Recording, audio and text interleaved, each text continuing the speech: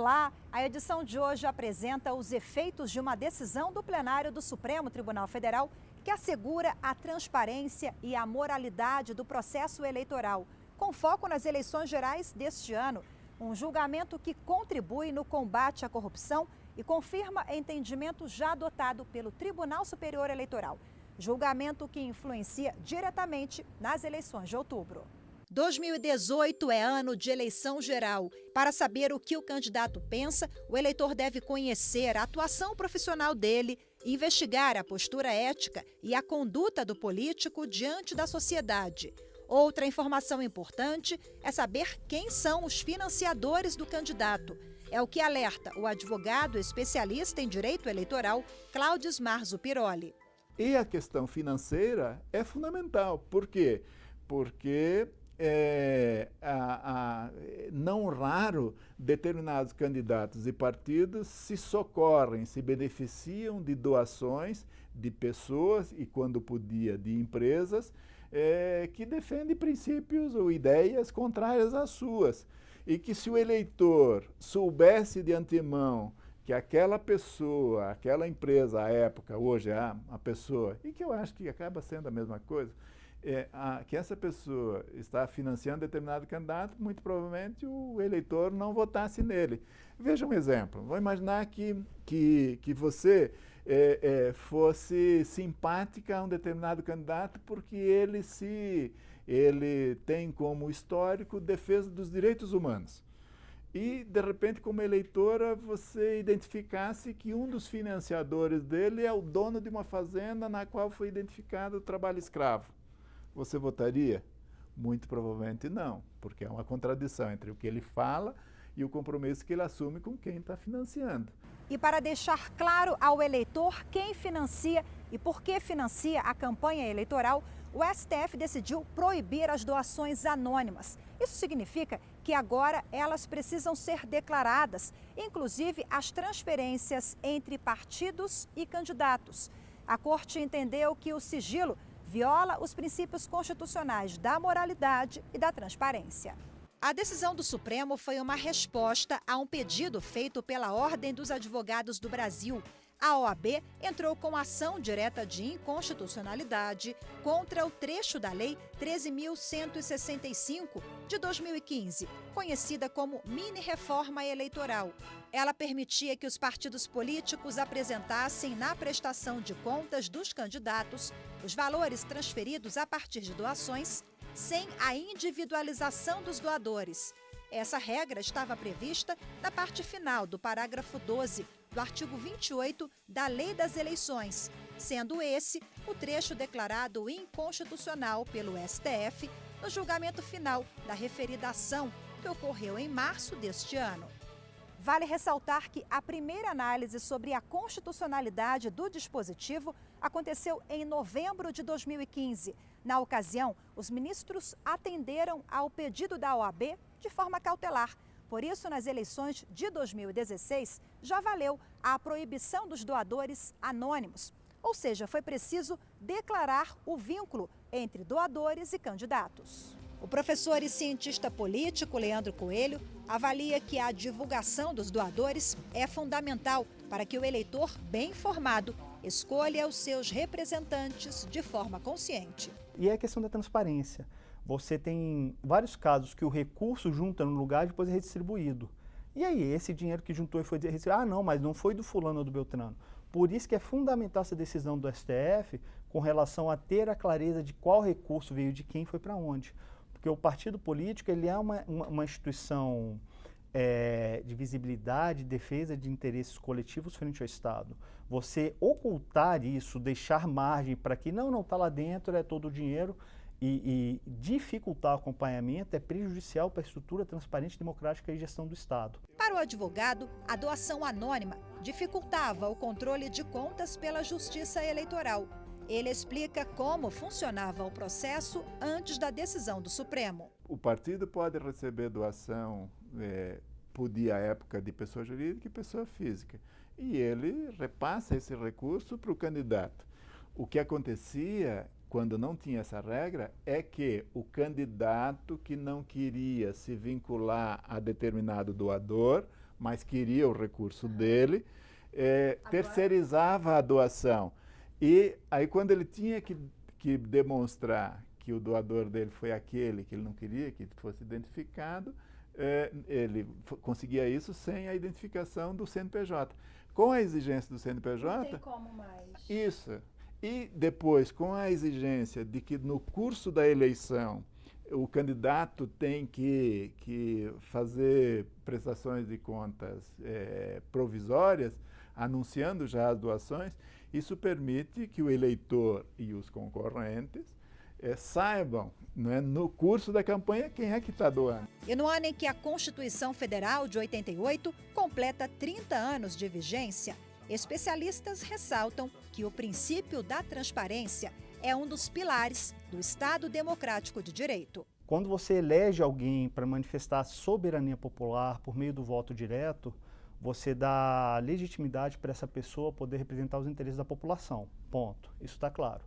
Só que, apesar de termos, sim, uma parte prática de eleição individual, cada indivíduo um voto, uma estrutura republicana, democrática estabelecida na prática, você tem várias etapas intermediárias que têm que ser cumpridas.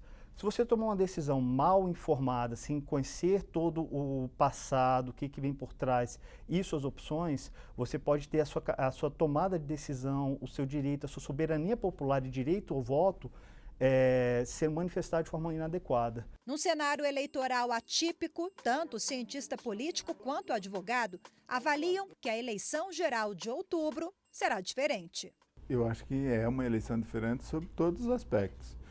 Será diferente por conta da conjuntura política atual, da ausência, né, com algumas exceções, da ausência de grandes quadros, de referências, que é um problema, acho que, da sociedade.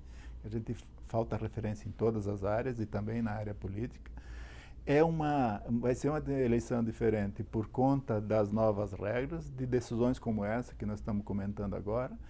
É diferente por conta da conjuntura política decorrente da intervenção do judiciário nesse último período, né, dos acontecimentos políticos dos últimos 3 anos, enfim, pela redução do tempo de campanha eleitoral, pela primeira vez em eleições gerais, a ausência de financiamento de pessoa jurídica, enfim, por uma série de circunstâncias, essa eleição será, de fato, muito diferente. Você tem atualmente uma diversidade, uma pluralidade de candidatos e partidos, ideologias, que podem representar os interesses da população. A dificuldade maior aqui está em que você conseguir consolidar os interesses para arranjar um candidato viável que vá ser selecionado. E como é que você resolve isso?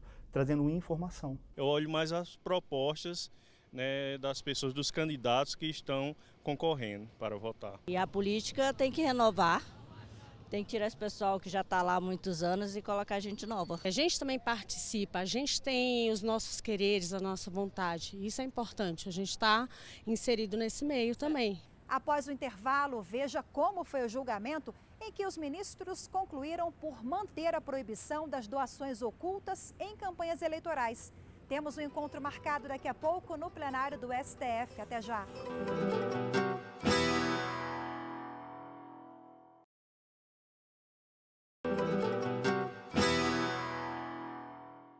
Grandes Julgamentos do STF está de volta e apresenta hoje uma decisão que envolve direito eleitoral. Veja agora como votou cada ministro na decisão que declarou a inconstitucionalidade de um artigo da lei que permitia as doações ocultas em campanhas eleitorais. Mais transparência, mais ética, mais moralidade foi o que pediu o Conselho Federal da Ordem dos Advogados do Brasil.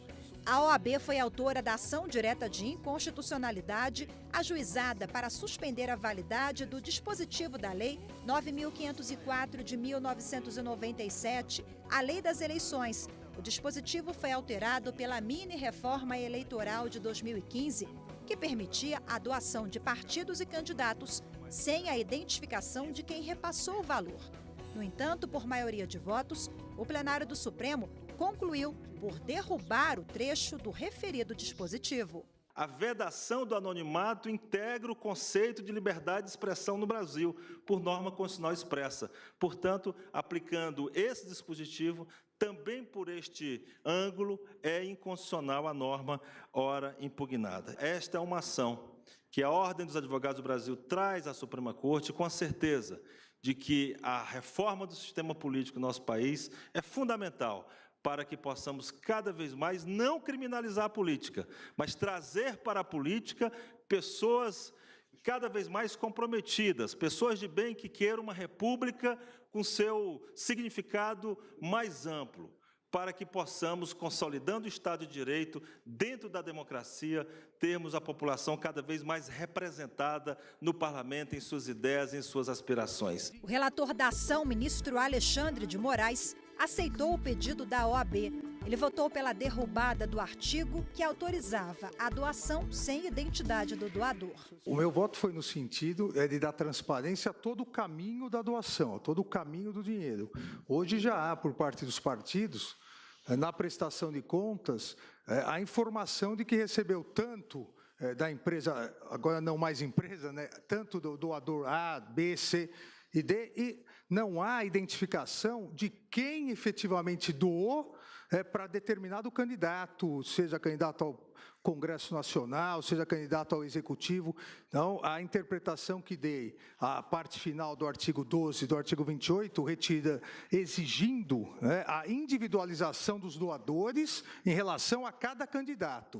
O candidato A tem, na sua prestação de contas, de afirmar que o dinheiro veio não só do partido, veio por intermédio do partido, mas esse dinheiro foi destinado por A, B ou C. Como é que cada qual dos candidatos vai identificar a fonte em termos de doador, né, do que recebido? Só se estabeleceu uma contabilidade própria e precisamos pensar na eleição para as câmaras de vereadores, né, uma contabilidade própria dentro do partido. E, na sequência, a maioria acompanhou o relator, ministro Alexandre de Moraes. Mas, a partir da divergência inaugurada pelo ministro Marco Aurélio, o plenário se debruçou sobre como seria, na prática, a identificação dos doadores e se essa identificação deveria ser apresentada na prestação de contas do candidato e do partido. O que precisamos ter presente é que, ao fulminarmos a cláusula sem individualização dos doadores, o fazemos no que é ligada estritamente até pelo vernáculo, essa cláusula, à prestação de contas dos partidos e não dos candidatos. É algo, para quem tem vivência de justiça eleitoral, impraticável, já que estaremos compelindo os candidatos a fazerem uma contabilidade no partido para saberem a origem daquele dinheiro que, pela lei, não é doado pelo partido ao candidato, é transferido, simplesmente transferido ao candidato. A divergência foi acompanhada pelo ministro Edson Fachin. Ele reajustou o voto no sentido da procedência da ação. Julgou inconstitucional todo o parágrafo 12 do artigo 28 da Lei 9.504, de 1997. Eu me inclino pela compreensão trazida pelo eminente ministro Marco Aurélio, mas eu estou suscitando que o parágrafo 12 desse artigo 28 teve impugnada a expressão sem individualização dos doadores. Não houve impugnação do restante do dispositivo, a menos que, por algum arrastamento elástico, nós concluamos que o restante do dispositivo também, eventualmente, corresponde a alguma afronta constitucional, porque o restante faz a previsão legal no sentido que o eminente ministro Marco Aurélio acaba de dizer, com todas as letras. Os valores transferidos pelos partidos políticos e de doações serão registrados na prestação de contas dos candidatos como transferências dos partidos e na prestação de conta dos partidos como transferências dos candidatos. Basicamente, estamos decidindo que o sem individualização dos doadores é incompatível com o princípio da transparência. Portanto, nós estamos dizendo que tem que haver a individualização dos doadores. Portanto, eu acho que se aplica a um caso e a outro. Portanto, eu não teria dúvida, pedindo todas as vênias as compreensões contrárias, de acompanhar o voto do relator, ministro Alexandre de Moraes. Os ministros do Supremo que já atuaram ou atuam no TSE, entre eles o atual presidente, ministro Luiz Fux, e a vice-ministra Rosa Weber, eles afirmaram que uma resolução do Tribunal Superior Eleitoral de 2014 já proibia as doações ocultas. Na minha compreensão, quando declaramos a inconstitucionalidade e retiramos sem individualização dos doadores, ficamos com as resoluções do TSE sobre o tema que bem explicitam a matéria. Inclusive, no meu voto, eu lembrei a de 2016, que teve o seu texto reproduzido, que vai vigorar agora nas eleições de 2018, onde no artigo, com a seguinte compreensão: as doações referidas no caput devem ser identificadas pelo CPF ou CNPJ do doador originário das doações financeiras, devendo ser emitido o respectivo recibo eleitoral para cada doação. Peço vênia o ministro Marco Aurélio, talvez eu não tenha apreendido bem o ponto versado por Sua Excelência, mas eu estou acompanhando o relator. Ontem votei no sentido de que é preciso indicar a origem. Agora, o partido poderia dizer que o repasse das doações se deveu ao financiamento promovido pelas seguintes pessoas. Não é problema nenhum isso. Faço duas anotações. Primeira, é possível essa identificação, tanto que ela aconteceu nas eleições de 2014 e nas eleições de 2016. É possível porque, concretamente, aconteceu. Segundo, a resolução de 2014, que foi aprovada no Tribunal Superior Eleitoral, no artigo 26 da resolução 23.406 de 2014, temos o seguinte: artigo 26, caput. As doações entre partidos políticos, porque não é só do partido para o candidato, os partidos podem doar entre si, para coligações. As doações entre partidos políticos, comitês financeiros e candidatos deverão ser realizadas mediante recibo eleitoral, ou seja, doações entre partidos, entre coligações e de partidos para candidatos. As doações referidas no caput devem identificar o CPF ou CNPJ, porque naquela época ainda não havia decisão do Supremo a respeito da vedação de doação de empresas. Devem identificar o CPF ou CNPJ do doador originário, aquele que doou para o partido, devendo ser emitido o respectivo recibo eleitoral para cada doação. Então, o partido passa para o candidato, o partido tem que dizer a origem do dinheiro. Olha, esse dinheiro, fulano, candidato A, veio do fundo partidário. Esse dinheiro, candidato B, veio do fundo de financiamento eleitoral. Esse dinheiro, candidato C, veio da doação do João da Silva. É isso. Isso é possível e já aconteceu. Realmente eu imaginava que, do ponto de vista fático, quer dizer, nesse mundo complexo que vivemos, que é o mundo eleitoral, sobretudo em época dos pleitos, é muito difícil identificar as verbas que os candidatos recebem, sobretudo quando se trata de um candidato sem maiores recursos, um candidato a vereador numa pequena cidade. Mas agora, diante do esclarecimento, sobretudo feito pelo ministro Dias Toffoli, que acaba de deixar a presidência do TSE, e que revela que, tanto na eleição de 2014 como na eleição de 2016, essa prática já era usual, era corrente, constava inclusive de resolução. Eu não sabia disso, porque deixei o TSE em 2012, no longínquo ano de 2012. Então, eu peço vênia para, esclarecido agora pelo ministro Dias Toffoli, acompanhar o relator, pedindo vênia ao ministro Marco Aurélio. É inconstitucional por afronta aos princípios democrático, republicano, da cidadania, do pluripartidarismo, da transparência, da publicidade, da moralidade para o exercício do mandato, da probidade administrativa, da legitimidade das eleições contra a influência do poder econômico e da proporcionalidade, norma que determine ocultação de informações relativas a doadores em prestação de contas de campanhas eleitorais.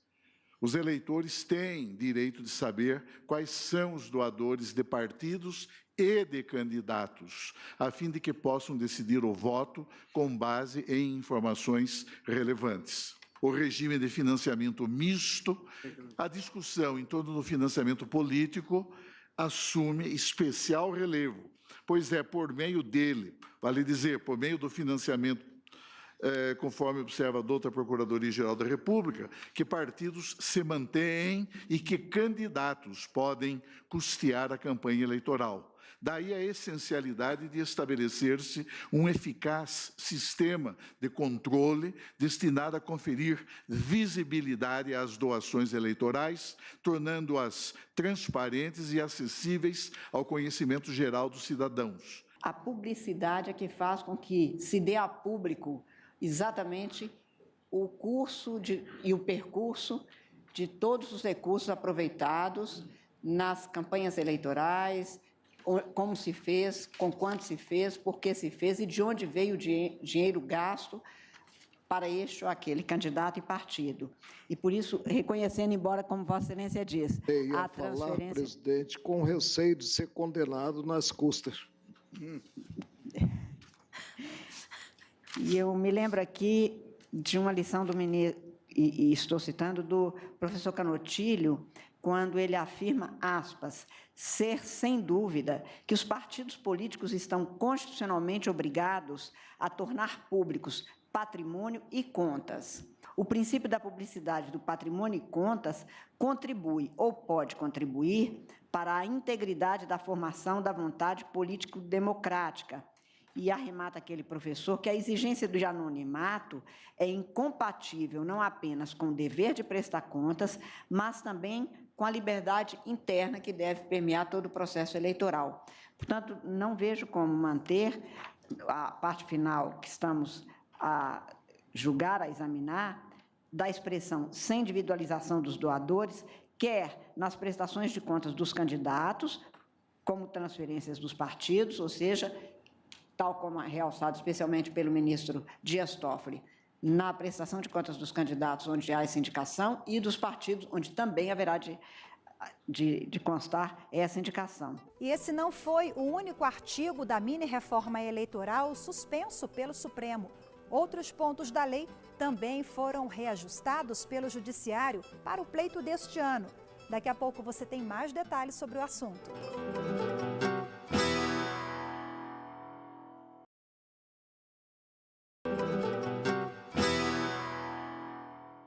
A decisão sobre a inconstitucionalidade das doações anônimas na prestação de contas entre candidatos e partidos é o tema da edição de hoje. Em ano de eleições gerais, o julgamento do Supremo assegura a transparência e a moralidade no pleito de outubro.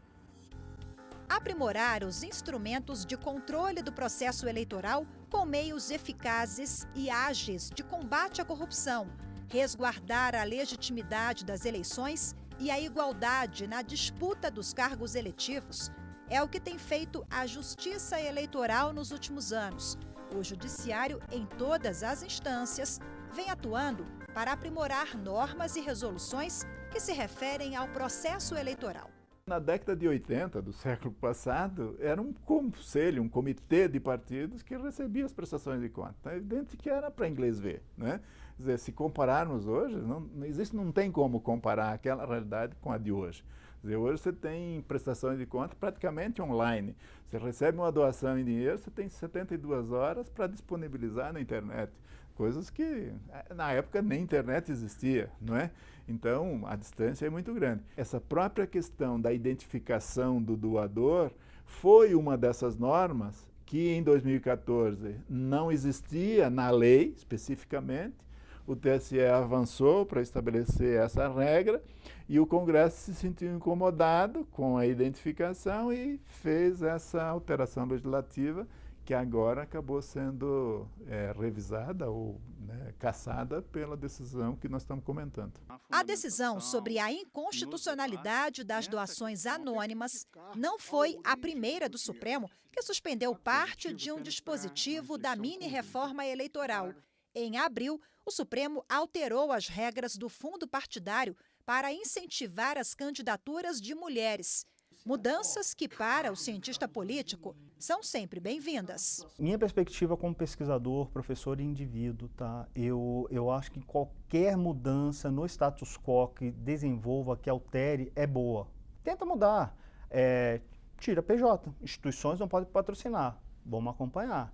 Foi melhor, teve menos influência, os eleitos representam bem os interesses da população e os eleitores estão satisfeitos com aquela representatividade, bacana, então permanecemos. Não, ficou ruim, está dando muito problema, os eleitos não representam o interesse da população, então vamos ver formas novas. Especialistas avaliam que decisões do judiciário que tornam o processo mais transparente, garante a publicidade dos atos de partidos e candidatos e incentivam ainda mais o papel de protagonista do eleitor na chamada Festa da Democracia, nas eleições gerais de outubro.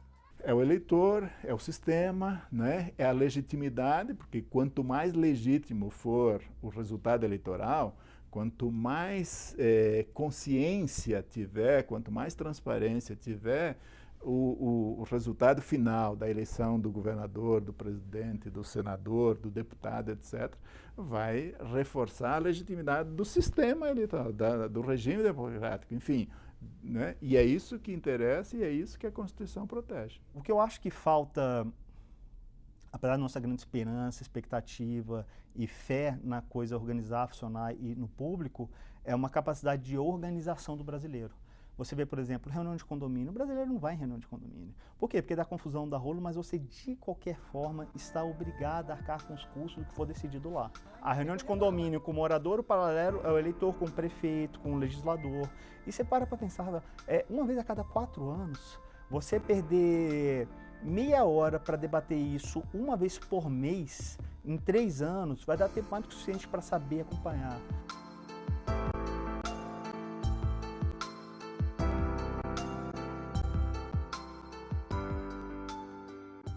A edição de hoje termina por aqui. Lembrando que você pode assistir este e outros programas no nosso canal no YouTube.